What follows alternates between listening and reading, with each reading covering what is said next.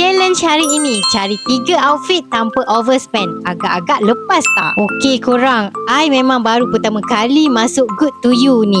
Selama ni, I selalu lalu je. Tapi tak sangka pula dalam dia banyak gila pilihan baju. Okey, ni look pertama I. Nampak macam comel juga. Nampak muda terus bila pakai macam ni kan?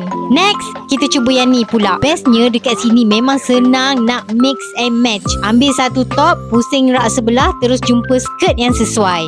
Okey, ni look yang ketiga pula. Yang ni memang favourite I. Nampak simple tapi bila pakai terus nampak kemas. Yang I suka sebab semua pakaian dekat sini 100% baru tau. Bukan bandel, bukan second hand. Lepas tu korang tengoklah harga dia memang berbaloi. Satu outfit ni boleh dapat dalam bawah 80 ke 100 ringgit je. Okey, challenge kita dah selesai. Sekarang turn korang pula untuk tolong pilih antara outfit 1, 2 dan 3. Yang mana satu paling sesuai dengan I?